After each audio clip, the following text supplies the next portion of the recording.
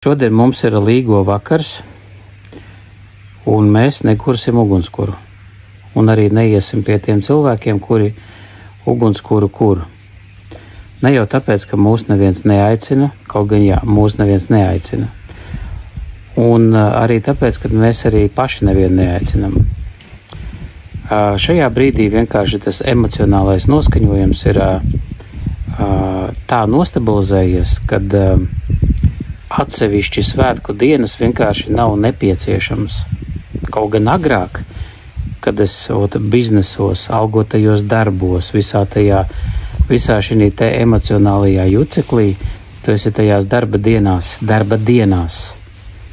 savos darbos, savos projektos tika noguris, ka tev prasās vai nu ceļojumu, vai nu svētkus, vai nu kādus cilvēkus, kuri varētu apkalpot manas traumas, vai arī cilvēkus, kuriem es varu apkalpot viņu traumas. Nu, piemēram, klausoties par to, kā viņiem iet, kaut gan man vispār neinteresē. Vai arī stāstīt viņiem par, skatieties, kāds es esmu foršs, un es to, un es šito, un es zinu to, un es esmu pārdevis šito, vai ne? Un es saprotu, ka šīs emocionālās lietas šobrīd man vispār nav nepieciešamas. Tāpēc, kad mēs ar Kristīni jau tagad tikko pastaigājāmies, un mēs vēlreiz to pārunājam, to, ko mēs jau pārunājam pagājušajā gadu un aizpagājušajā gadu, kad, ja mums kaut ko gribas, mēs to izdaram uzreiz, mēs to apēdam uzreiz, mēs aizbraucam tur uzreiz. Mums ir pietiekoši daudz laika kopā, lai to izdarītu tad, kad mums to gribās. Mums nav jāgaida konkrēts datums, vai konkrēta atļauja, vai konkrēts cilvēks. Mūsu dzīve ir attiecīgi tā pakārtota. Un līdz ar to, aliņu negribās. Tā kā man tur viens paziņa teica, Zigmār, kā var nedzert? Man tagad liekas otrādi. Kā var dzert? Kā var dzert? Daudzi cilvēki savā mašīnā lej 98.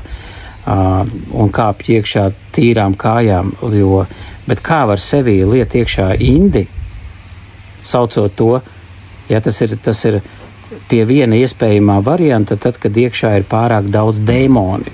Tad, kad pārāk daudz dēmoni iekšā ir ieperinējušies, tad loģiski ir jākaitē savam kaut kādam ķermenim.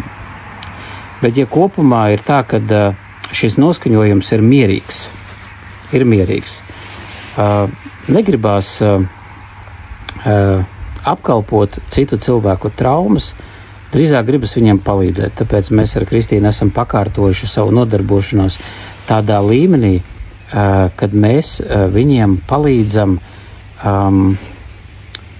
izdziedināties no traumu apkalpošanas būtības, lai viņi nav būtnes, kas apkalpo viena vai otra traumas, un tāpēc ir kopā, un tāpēc nav naudas, un tāpēc ir slimības, un tāpēc ir izdegšana, un tāpēc ir emocionālas kaut kādas problēmas, kā rezultātā šī dzīve vienkārši ir nekvalitatīva vai nebaudāma, vai tik slikta, ka tā dzīve, kad jāiet, piemēram, ir ezotērikā, vai ne? Un jākļūst par kaut kādu ezotērisko guru, piemēram. Tik ļoti vajag to atzinību. Bet kopumā ir tā, ka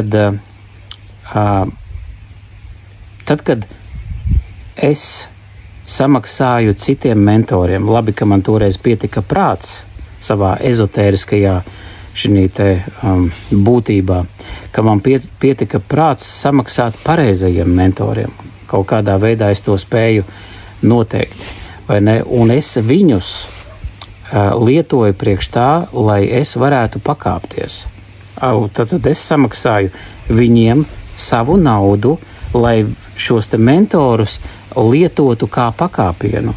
Es saprotu, piemēram, man ir aizmugurē 2-stāvu māja.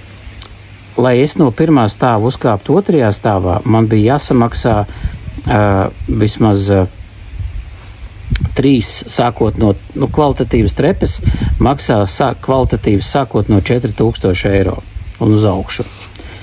Tātad, ja tu nemaksās, tev nebūs trepes. Ja tu nemaksās, tu nebūsi otrajā stāvā.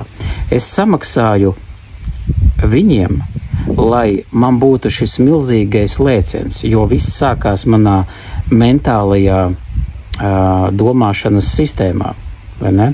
Tāpēc ir tik daudz populāras tagad grāmatas, kur cilvēki lasa un lasa.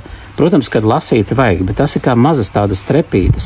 Tas ir tā kā 2 milimetri pakāpties. Man bija nepieciešams lēciens, jo man nav visa dzīve. Man neder, kad mana izaugsme ar grāmatām notiek, piemēram, 10 gadu laikā. Man vajag gada laikā, un man nācās viņiem samaksāt, lai viņus izmantotu kā līdzīgu lēcienu. Un tagad tiem, kam nepieciešama kaut kāda mana palīdzība, jebkurā gadījumā finansēs vai lēmumos, vai kaut kāda atrisinājuma.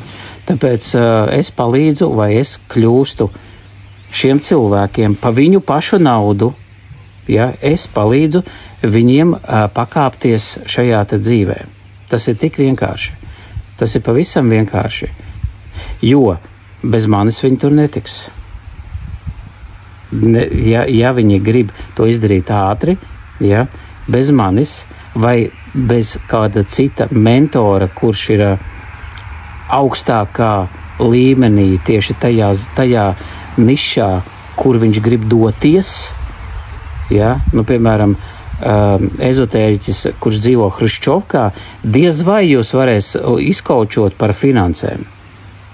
Viņš pateiks, jā, viss ir iespējams, meditē uz naudu un dročī uz naudu, bet principā tas ir viens un tas pats līmenis. Tāpēc šīs pārdomas ir tādas, un pati galvenā tāda atziņa, ka man ir 44 gadi. Ne? Daudzi vīrieši, pat nesasniedzot savus 44 gadus, pat 33, 37 vai 40 gados ir padevušies dzīvei. Ja uz viņiem paskatās, viņi ģērbjās jau kā opji, viņi iet uz vienu un to pašu darbu, viņi dara vienas un tās pašas lietas, viņi ēd neveselīgi, un viņi ir padevušies tik ļoti, ka viņi nedomā vairs būt bagāti. Tas tā kā, kad futbolu spēlē, kad viena komanda jau ir ielaidusi iekšā, piemēram, 8 vārtus, vai ne, un otra komanda ir tikai tur 1-2 vārtus, mentāli tā komanda, kas ir ielaidusi šos te 8 vārtus, būtībā jau ir padavusies.